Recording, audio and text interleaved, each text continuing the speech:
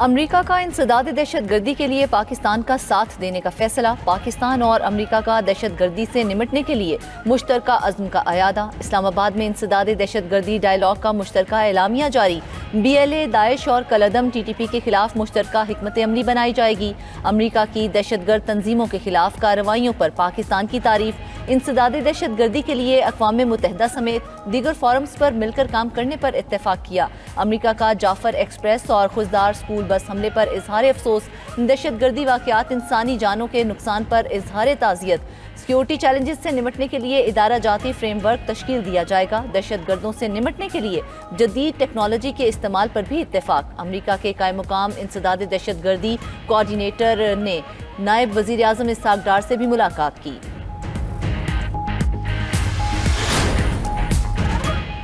Field marshal Syed Asim Munir کو آذربائیجان کا اعلیٰ عسکری اعزاز پیٹریوٹک وار عطا کر دیا گیا۔ پیٹریوٹک وار میڈل صدر الہام علیوف کی جانب سے فوجی تعاون کے شعبے میں خدمات کے اعتراف میں دیا گیا۔ آئی ایس پی آر کے مطابق آذربائیجان کے نائب وزیر دفاع اور آرمی چیف جنرل کریم ویلیوف کی جی ایچ کیو میں فیلڈ مارشل سید عاصم منیر سے ملاقات، دفاعی تعاون بڑھانے اور خطے میں امن و استحکام کے لیے مشترکہ کوششوں پر اتفاق۔ فیلڈ مارشل کا آذربائیجان کے ساتھ برادرانہ تعلقات کو مزید مضبوط بنانے کے عزم کا اعادہ، فیلڈ مارشل نے آذربائیجان اور آرمینیا کے درمیان امن معاہدے کی تکمیل پر مبارکباد دی، یوم آزادی کی تقریب میں آذری دستہ بھیجنے پر شکریہ ادا کیا۔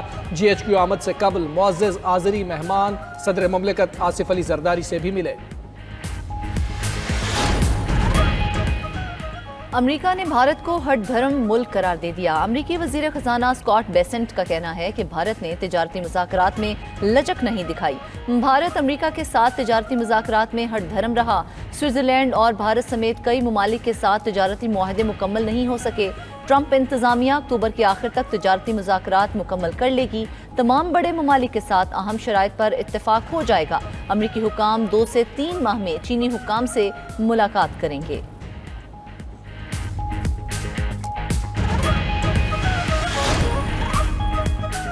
موڈیز نے پاکستان کی ریٹنگ مزید بہتر کر دی، ریٹنگ میں AA2 سے بڑھ کر CAA1 ہو گئی۔ موڈیز کا کہنا ہے پاکستان کی معاشی صورتحال میں بہتری کے باعث ریٹنگ اپ گریڈ کی گئی، IMF پروگرام کے تحت اصلاحات پر پیش رفت سے معاشی استحکام بڑھا، پاکستان کے ذرائع مبادلہ کے ذخائر میں بہتری کا امکان ہے، وزیر اعظم شہباز شریف کا پاکستان کی کریڈٹ درجہ بندی میں بہتری پر اظہار اطمینان، کہا کریڈٹ ریٹنگ کا بہتر ہونا معاشی پالیسیز کی درست سمت ہونے کا مظہر ہے، حکومتی ٹیم اس ریٹنگ کو مزید بہتر کرنے کے لیے کوشاں رہے گی۔ یوم آزادی اور مارکہ حق میں تاریخی فتح کی خوشی، مرکزی تقریب آج رات 8 بجے جناح سپورٹس اسٹیڈیم اسلام آباد میں ہوگی، صدر مملکت آصف علی زرداری تقریب کے مہمان خصوصی ہوں گے، وزیر اعظم شہباز شریف اور سروسز چیفز بھی تقریب میں شریک ہوں گے، تینوں مسلح افواج کی پریڈ اور فضائی مظاہرہ بھی تقریب کا حصہ۔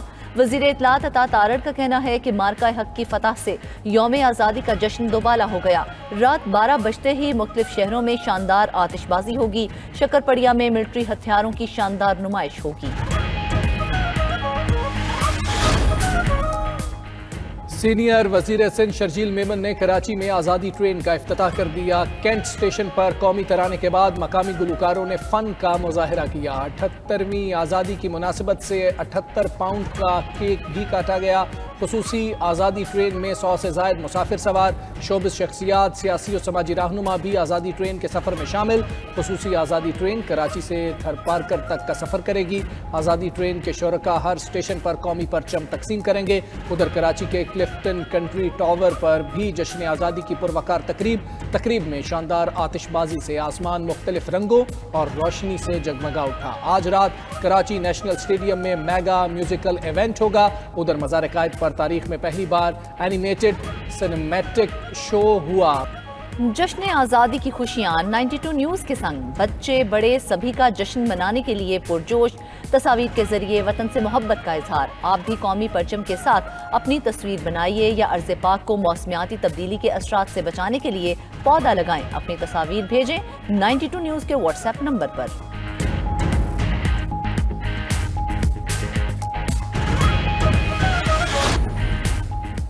قومی اسمبلی میں انسداد دہشت گردی ایکٹ ترمیمی بل 2025 منظور۔ بل 3 سال کے لیے نافذ العمل ہوگا۔ ترمیمی بل کے تحت مسلح افواج یا سول آرمڈ فورسز کسی بھی شخص کو حفاظتی حراست میں رکھنے کی مجاز ہوں گی۔ ملکی سلامتی، دفاع، امن و امان، اغوا، برائے تاوان اور ٹارگٹ کلنگ میں ملوث کسی بھی شخص کو حراست میں رکھا جا سکے گا۔ ان جرائم میں ملوث شخص کی حراست کی مدت آرٹیکل 10 کے تحت 3 ماہ سے بڑھائی جا سکے گی۔ مولانا فضل الرحمان کی انسداد دہشت گردی ترمیمی بل کی مخالفت سربراہ JUI نے ایوان میں اظہار خیال کرتے ہوئے کہا، چند قوانین کے تحت پاکستان کے ہر شخص کو پیدائشی مجرم قرار دے دیا گیا ہے۔ تعجب ہے کہ کبھی کسی رکن پارلیمنٹ نے یہ نکتہ نہیں اٹھایا۔ ڈاکٹر یاسمین راشد کی 9 مئی کے 2 مقدمات میں ضمانت کی درخواستیں خارج۔ انسداد دہشت گردی عدالت لاہور نے تھانہ شادمان اور راحت بیکری جلاؤ گھیراؤ کے مقدمے میں ضمانت کی درخواستیں خارج کی۔ عدالت نے فیصلے میں لکھا کہ دونوں مقدمات کے فیصلوں کے بعد درخواستیں غیر مؤثر ہو چکی ہیں۔ یاسمین راشد کو دونوں مقدمات میں 10 سال قید کی سزا سنائی گئی ہے۔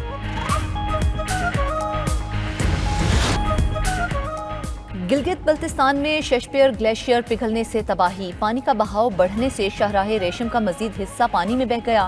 قراقرم ہائی وے جزوی طور پر ایک اور مقام سے بند۔ ترجمان صوبائی حکومت کے مطابق شگر گلاپور میں دریائی کٹاؤ جاری، 25 گھروں کو نقصان پہنچا۔ دریائی اور زمینی کٹاؤ سے حسن آباد کے لوگوں نے درجنوں گھر خالی کر دیے۔ شگر میں شاہراہ K2 دریائی کٹاؤ کی وجہ سے بند ہو گئی۔ کچھ علاقوں میں سیلابی ریلوں کی وجہ سے آبپاشی کا نظام بھی درہم برہم۔ گلمت گوجال میں مواصلاتی نظام متاثر ہوا۔ گلگت کے علاوہ دنیور کو دوبارہ دریائی کٹاؤ کا سامنا ہے۔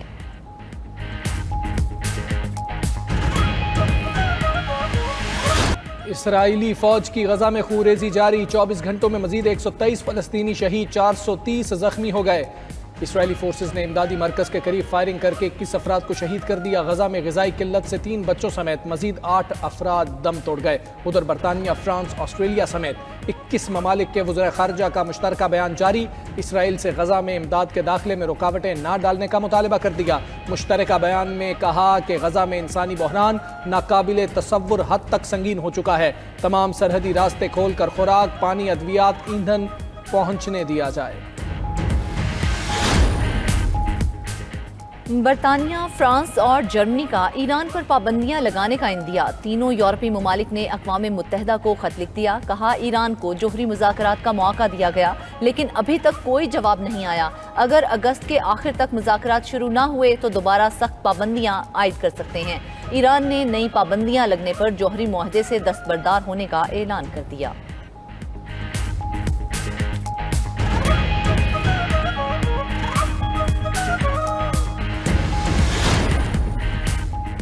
برازیل میں بارودی مواد کی فیکٹری میں دھماکہ، 3 خواتین سمیت 9 افراد ہلاک، 7 زخمی ہو گئے۔ خبر ایجنسی کے مطابق دھماکے کی شدت سے فیکٹری کے قریب مکانات کو بھی نقصان پہنچا۔